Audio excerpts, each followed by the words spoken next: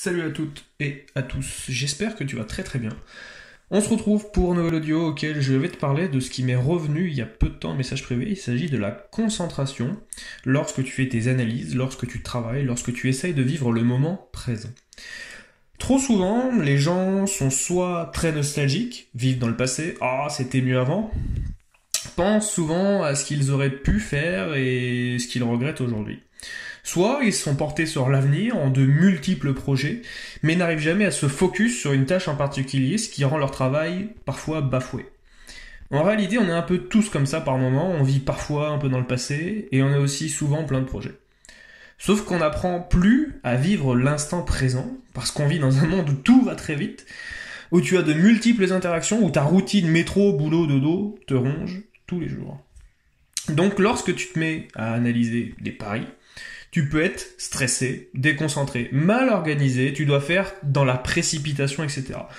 Ce sont vraiment les pires symptômes pour un investisseur et même dans ton travail globalement. La concentration, c'est un muscle. Ça se travaille autant et aussi fort que quand tu fais du sport. La concentration te permet de vivre l'instant présent, d'être mieux organisé, d'être efficient et d'avoir des super résultats. Il n'y a pas de solution miracle, mais j'ai quelques tips. Alors, je tiens à mentionner que je ne suis pas spécialiste mental, que je n'ai pas fait d'études là-dessus, mais que je rapporte que le fruit de mon expérience et de mes lectures.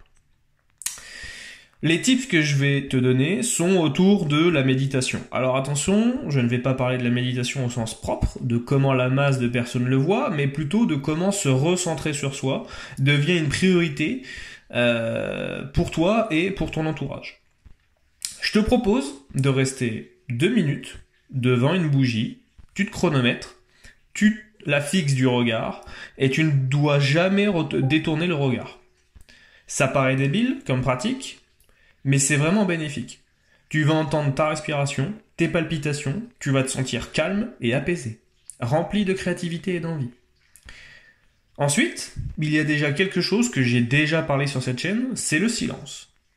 J'ai la chance de vivre dans des endroits où le silence est relativement facile à capter, mais crois-moi qu'essayer de rester 10 minutes sans portable dans la pièce, tout seul, dans le calme, c'est très très très enrichissant pour se reconcentrer sur soi et se connaître davantage. Et il y a un dernier conseil que je pratique au quotidien, c'est que lorsque j'ai envie d'être créatif et de produire des tâches que je ne fais pas quotidiennement, je me mets à travailler dans mes heures préférentielles. Les miennes sont le soir après 23h, mais pour la plupart des personnes qui travaillent, ces heures-là sont le matin. Le mauvais réflexe que tout le monde prend, c'est de regarder ses mails le matin quand tu embauches, alors que c'est une tâche quotidienne qui devrait être reléguée en dernier plan et qui devrait être fait dans l'après-midi. Priorise ton énergie pour des tâches qui sont nouvelles pour toi, donc tu as besoin d'imagination et de patience, ce qui n'est pas le cas pour consulter tes mails par exemple. Mais pour connaître ses heures préférentielles, il faut se connaître soi. Donc n'hésite pas à faire les quelques conseils de cette vidéo et reviens vers moi en commentaire de cette vidéo sur mes réseaux sociaux pour me dire ce que tu en as pensé, ce que ça a produit chez toi. Normalement, c'est relativement efficace. Ces conseils sont des éléments dont je parle dans mes sessions de coaching privé, donc si tu en as besoin, si tu en as envie, écoute, tu sais où les retrouver, tout est en description de la vidéo. Allez, je te laisse, prends soin de toi et de ta bankroll. Salut!